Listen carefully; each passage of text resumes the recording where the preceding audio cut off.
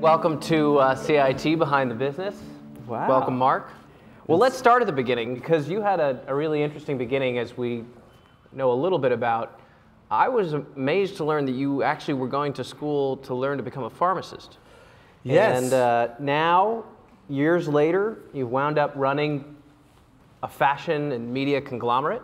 I was wrong about the pharmacy school. So what inspired you to change direction? My love for art, and my grandmother at a very young age always encouraged my fascination with comic books. Never quite physically astute at sports. My grandmother really created a culture in the house while she was still with us of every time I would draw on a napkin, it would go on the wall, and it was a big deal.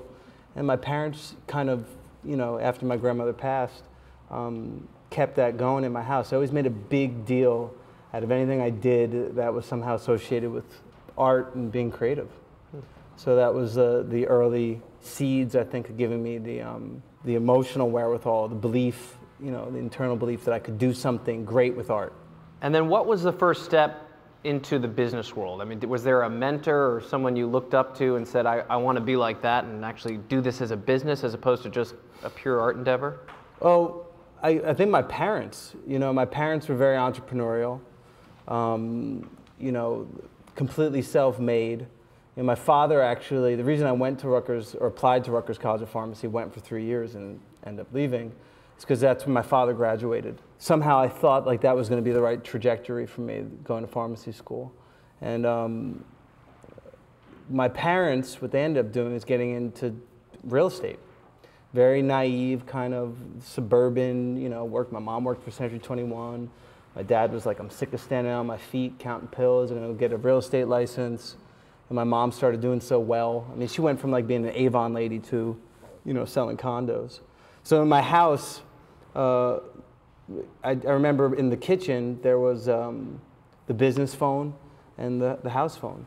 And it was just like the business phone, we were taught, pick it up, like it was at a very young age. And they just were always working and had great work ethic, and seeing them work together, my parents, and kind of it seemed pretty normal.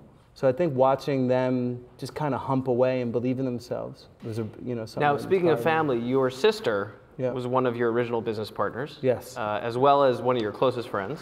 My twin. I mean, you can't help but be pretty close. Right. What's it like to work with your sister? I mean, you come out of a family business background. I was just turning 20, and I have a twin sister, Marcy, who's my business partner, and then my partner, Seth Gertzberg. I really value being able to having started the business at that time in our lives when we were allowed to kick and scream and be overly emotional and overly reactionary. And I cherish the bonds that were created at that time. I think it keeps us, it gets us through moments now in life and in business, that just make it more meaningful. So we had the good fortune of starting at a time where we were just young and wide-eyed, and I can't tell you the value of what that is now that I look back on that.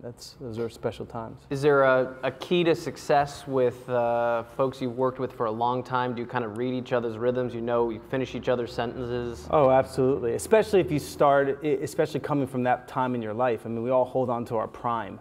So we have those friends, if you could hold on to those friends in that time of your life, those become the most meaningful people in your life.